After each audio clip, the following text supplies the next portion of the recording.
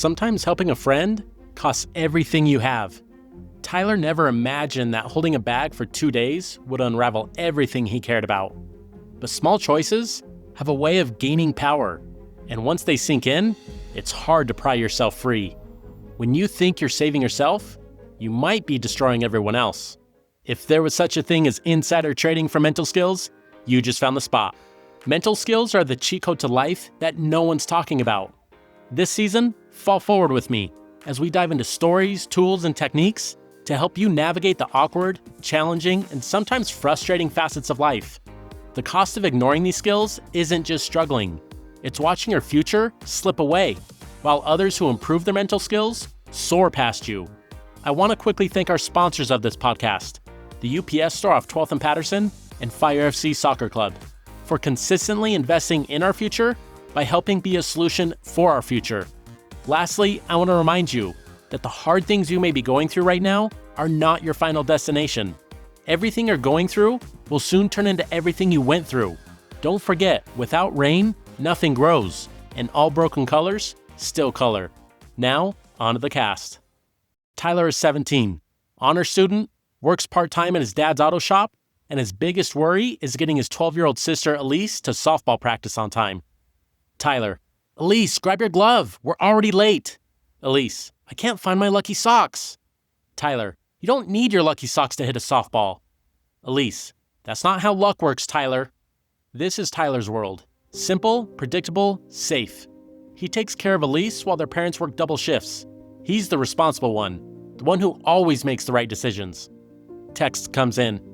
Dude, need a favor. Can you help me out after school? Bryce. Bryce has been Tyler's best friend since middle school, the kind of friend you don't question when they need help. After Elise's practice, Tyler meets Bryce behind the school. Something feels off immediately. Bryce: Thanks for coming, man. I need you to hold on to something for me. Tyler: Hold what? Bryce: Just for like 2 days. My parents are doing this whole room search thing, and I can't have this stuff in my house.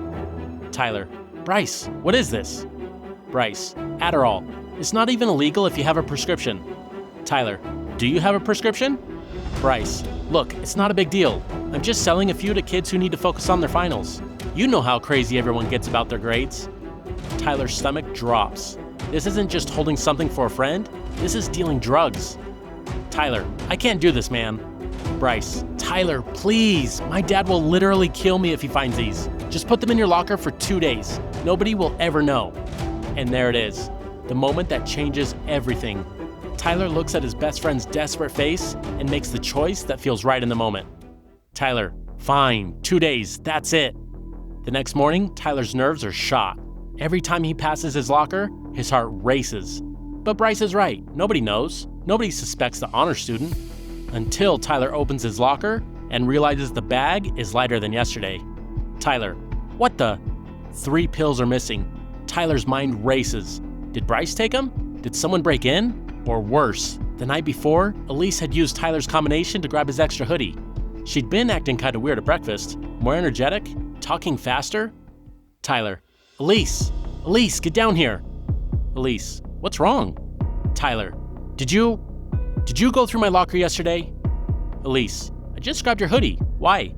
Tyler studies his little sister's face. Her pupils are dilated. She's talking faster than usual. And suddenly, Tyler realizes his small choice just became a nightmare. Tyler: Elise, did you take anything from my locker?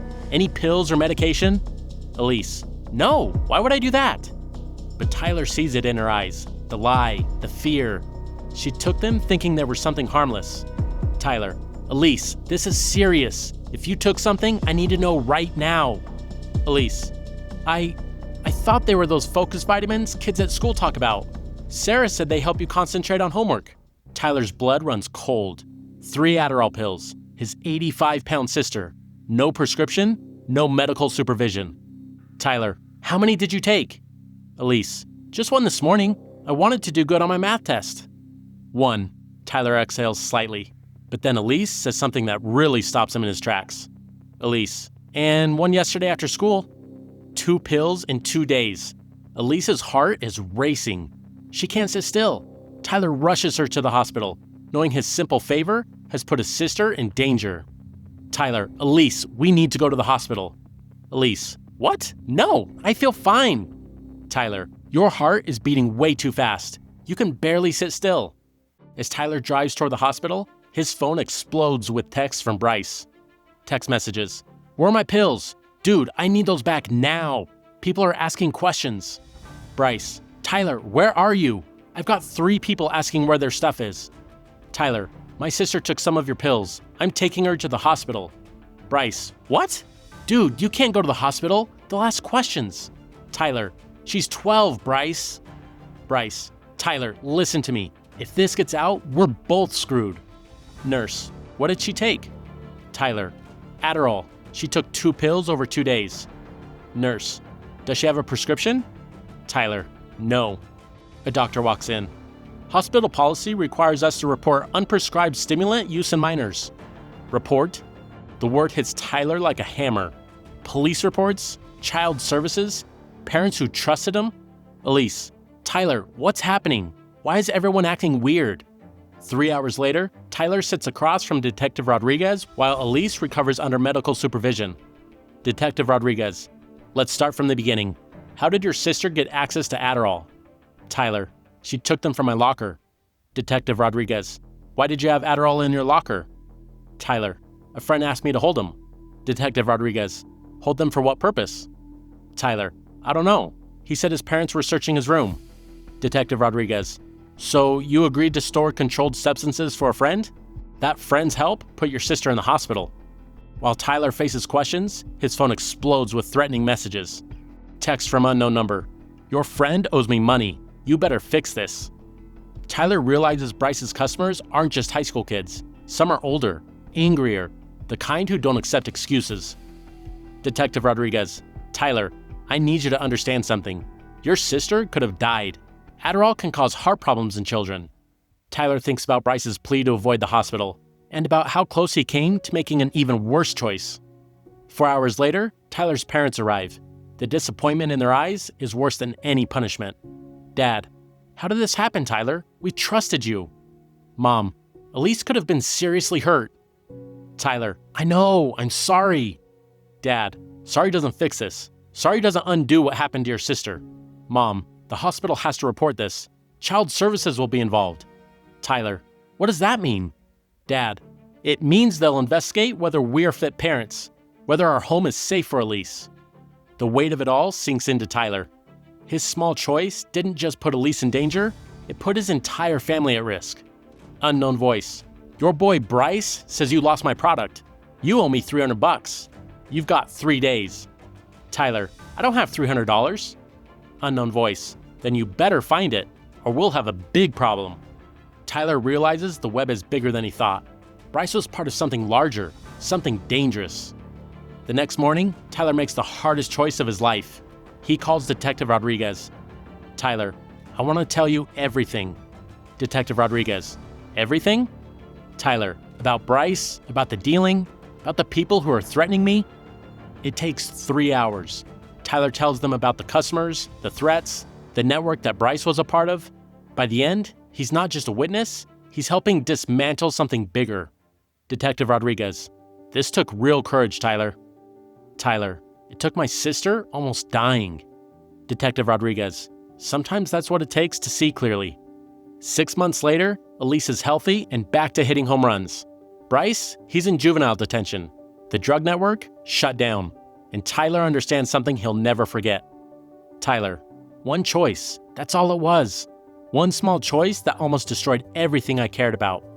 Sometimes the smallest choices create the biggest consequences. And once you pull that thread, you can't control where the web unravels. Sometimes helping a friend costs everything you have.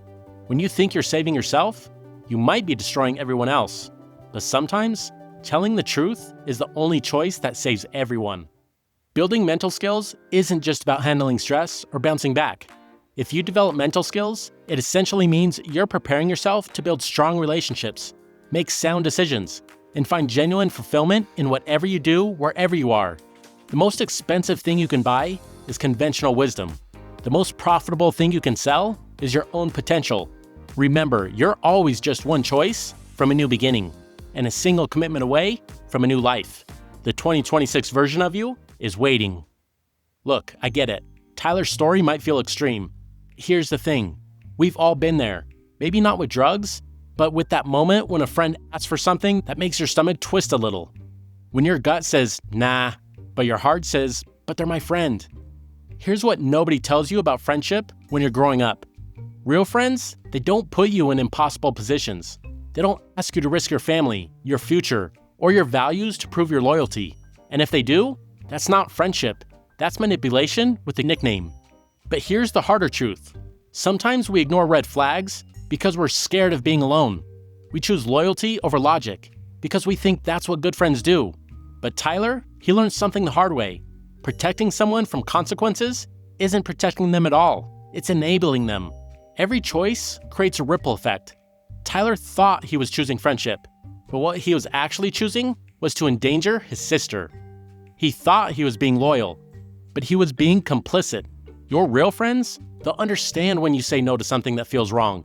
They'll respect your boundaries. They won't make their problems your emergency or put your family at risk for their convenience. And when you mess up, because we all do, own it fast.